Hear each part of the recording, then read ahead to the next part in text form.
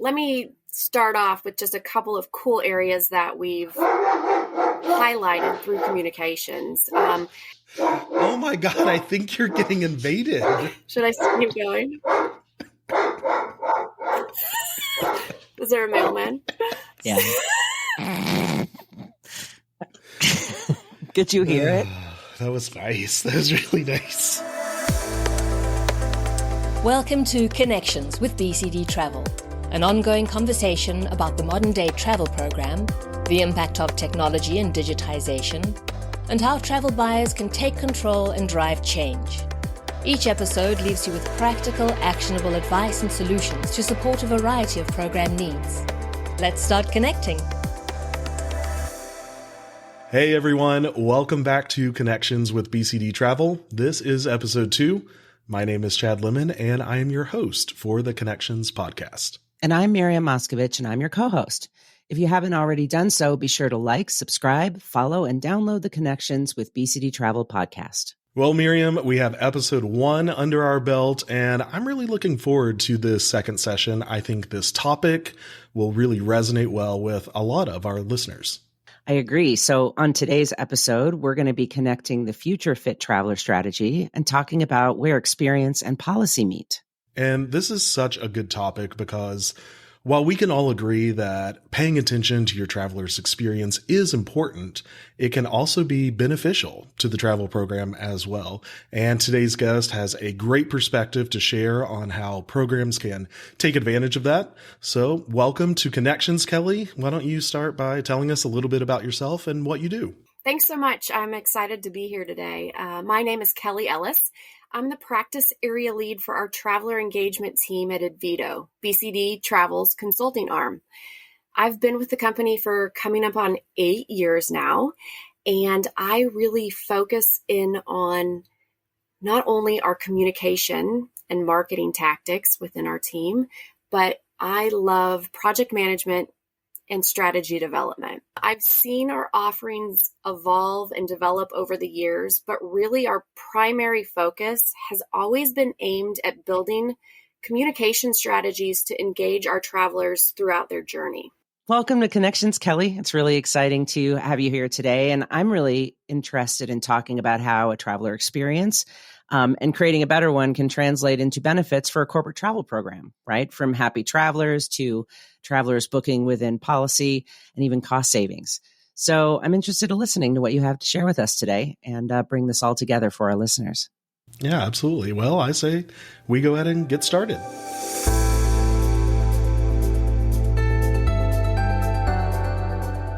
Kelly, let's start off easy. How has the traveler experience changed in the last 5 years? You know, Miriam, 5 years ago, there was still such a large pocket of our population that was continuing to work and evolve offline and really struggling to get online. In the digital age that we're all in today, our choices are limitless. And info is at our fingertips, right? Even my grandmas have iPads that they're tapped into today. So we really need to think about our business travelers being digital savvy consumers. They know how to use and shop the internet. They know how to self-serve and find information when they need it. So we really have to keep that in the forefront of our minds. Well, Kelly, I have to be honest here. One of the reasons why we wanted to have you on the Connections podcast is because we keep hearing about all of these successful projects that you and your team are working on and leading. So selfishly, and without mentioning any names, can you maybe give us some examples of how some clients are doing it right these days? And what are they doing that's bringing the value to both their travel experience and to the travel program? Yeah, so let me talk you through a couple of communication campaigns that we've developed recently that revolve around some cool areas or areas that we're all familiar with. The first one being increased compliance. So we ran a duty of care communications campaign that explained the importance of why the travel team needed to update our emergency and mobile phone numbers, right? This is something very streamlined and something that our travel managers are having to deal with day in and day out. But once we really got down to it and explained the importance of the why, we saw a 33% increase in profile compliance in just 6 months. Oh, That's wow. what I'm Okay. talking about. Yeah. So huge numbers there. Another campaign we ran was around policy promotion. And we did a fun video series to launch some policy updates, which also included and incorporated their sustainable travel initiative. By sharing the info in a way that really resonated with the company culture through videos, we saw a 77% increase of active influencers engaging per day on their social platforms. Wow. Yeah, it was huge. We had over 24,000 views between the two videos. And then one more topic that we all have on our minds as travel managers is cost savings. And how do we really, take our budgets and make it last as long as possible? So we ran a merchandising campaign, which we'll expand on the topic a little bit later, but by encouraging a shift in our booking behaviors for one client, we were able to achieve $650,000 in savings over 6 months. So really, that's the power of communications and how we can move that needle just by encouraging through different forms of communication. Yeah, those numbers are huge, and $650,000 in savings over 6 months. I'm sure, yes, we will absolutely have to get into that in more detail later. But what would you say is driving traveler decisions today? Is it really just ease of use, or is it more than that? I think all of our mindsets have shifted and been rewired over the past few years, right? I do think that travelers still want that easy button, as we all do. They want to access programs that compete with what they can experience online themselves.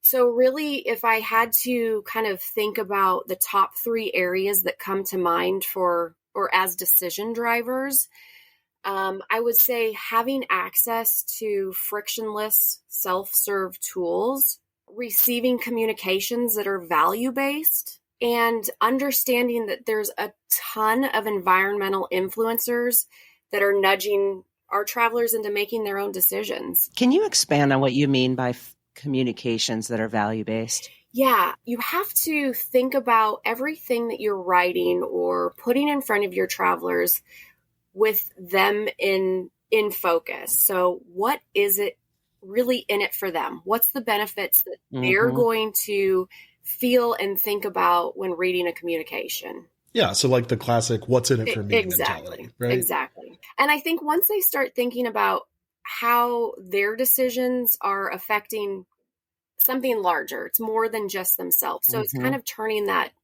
mirror and facing them too with the value-based. So Kelly, well, how do you align travel program priorities with the expectations that travelers have? Every travel program has its own unique goals and priorities, right? It's a matter of understanding where those gaps are between your program goals and your travelers' behavior patterns. So really, once we identify where those gaps are, we can take action to encourage positive behaviors from our travelers. Give me an example of that. Craft everything with the traveler in mind, right? That's that what's in it for me type mentality. A sample message could be to simply highlight that we're encouraging rail, but not necessarily just focusing on let's encourage rail travel because it's cheaper, but let's encourage rail travel because it's better for our environment and travelers can benefit from a longer period of productivity time while they're on the road. Mm-hmm. So right. It's kind of turning that focus again and thinking about it in a larger scale other than just the cost benefit factor.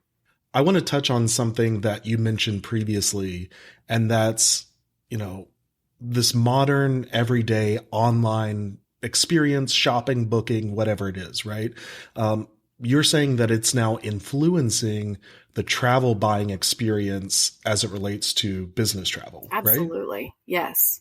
Today's leading digital marketers are using data-driven messaging in the right place at the right time to drive those results home.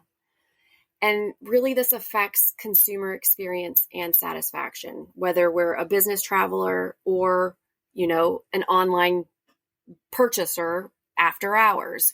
So let's think about Amazon. Amazon knows what I need to buy before I do. Right? Yes, That's right. I log on and I see the messages right in my face where I need to, they're predicting the buyer's experience at the start of every visit. When things feel seamless, it's easier for us to make that purchase decision that the brand is looking for us to make. So that's what we need to do within our travel programs. So how can we bring this modern consumer experience into this business travel buying experience? We need to begin creating, like I mentioned, the digital consumer experience into our programs. So really first, we can start by building a brand identity that's trusted. We all know and recognize the Amazons, the Starbucks, those big corporate brands. So let's think about how we build our client's corporate brand to strengthen and modernize our travel recognition. And for our team, we do this in 100% of our client projects. This is where we start. This is where we build that foundation. Then we need to take a multi-channel approach. So we really need to get out there and communicate with our travelers in their preferred platforms. So it could be social with quick digestible tips that we're sharing. It could be mobile with in-journey notifications, or it could even be little quick sizzle reels like that video series I mentioned. We need to think about how our travelers are being influenced and use behavioral economics to nudge those decisions. So meet our travelers kind of where they are, cater our message to what we know they like and they respond to. Exactly. Kelly, let's go back to the buying experience another time. So can you expand a bit more on what you mean around making it positive and personalized experience? Yeah. When we're getting in there and working with our travel managers and focusing in on their online booking tools, we've kind of adopted this term called merchandising. And merchandising is an old retail marketing term that is the activity of promoting the sale of goods, right? So we're taking this same old traditional term and kind of building it into our travel environments. And it's just about pushing tailored content to our shoppers, right? To our travelers within the buying experience. So within our online booking tools that help encourage them to make the right travel decisions. So in essence, it's digital marketing wrapped inside our travel programs. So Kelly, we always like to ask our guests to give some advice to the listeners of this podcast and how to make effective changes right now. So what should they do after listening to this episode? So you're asking for the secret sauce, are you? Yes. Yeah. Let me give you hopefully 3 straightforward steps that you can begin tackling right now. The first one, I would really sit down and focus on your goals and figure out how those goals translate to your travelers. Bring it back to what's in it for them. The second one is really find out how your travelers want to receive that content, as you really need to reach them in the tools that they're using today.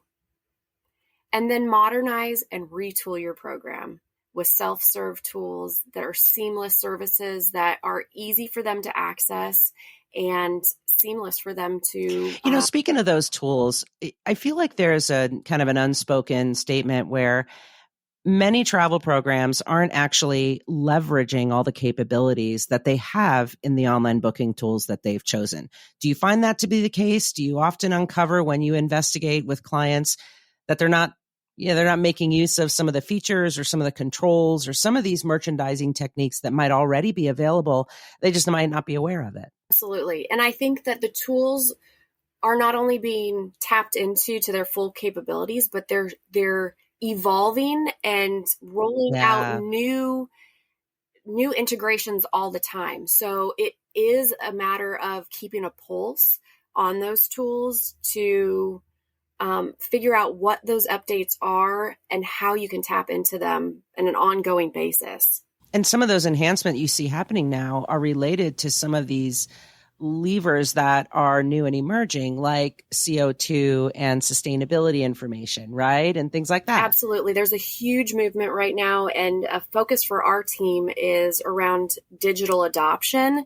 And it's a matter of looking at all the platforms that are out there, the base ones that we're working with within our travel programs.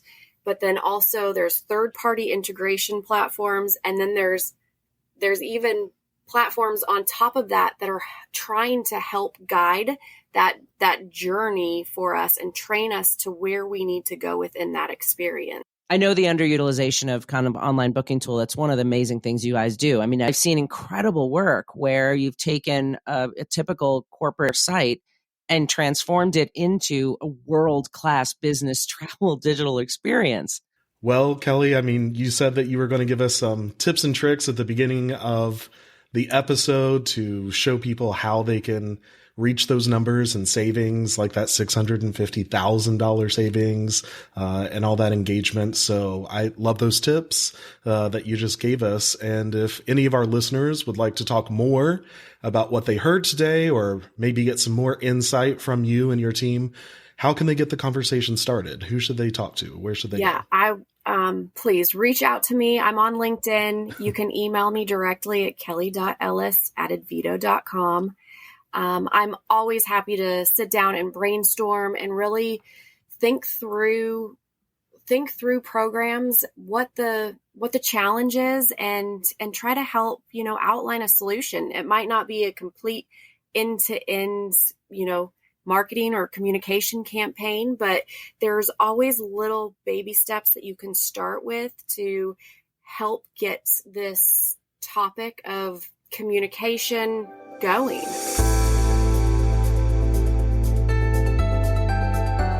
All right, let's do a little quick connect to decompress after that conversation. So I'm going to ask a few questions, and I want both of you to tell me the first thing that pops into your head. Okay? Okay.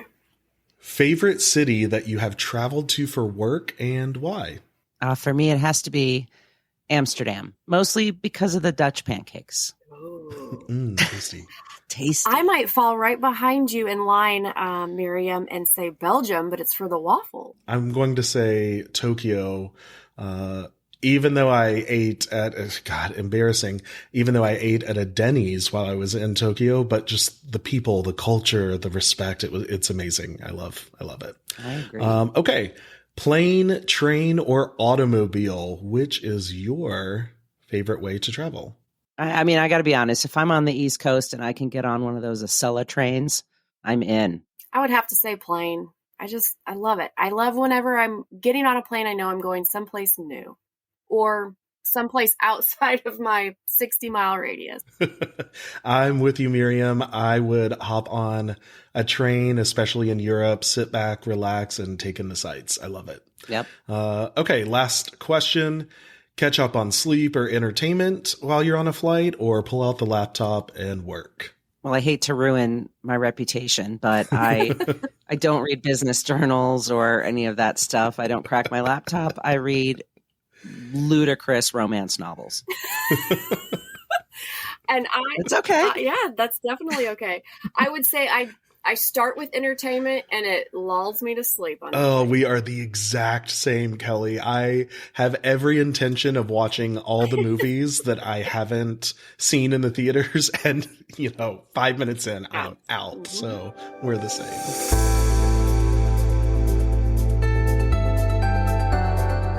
Kelly, this was so great, truly. In fact, I'd love to invite you back in a few months if you're open to it. I'm definitely open to it. Thanks for the invite. Yeah, we would love to have you back. And just as Miriam said, really insightful information. And I know our listeners really appreciate the advice you gave them. So thanks. If you're a travel buyer, a frequent business traveler, or just someone who likes hearing about traveler experiences, be sure to like, subscribe, follow, and download the Connections with BCD Travel podcast to stay up to date with new releases and listen to your favorite episodes. Thank you for connecting with us.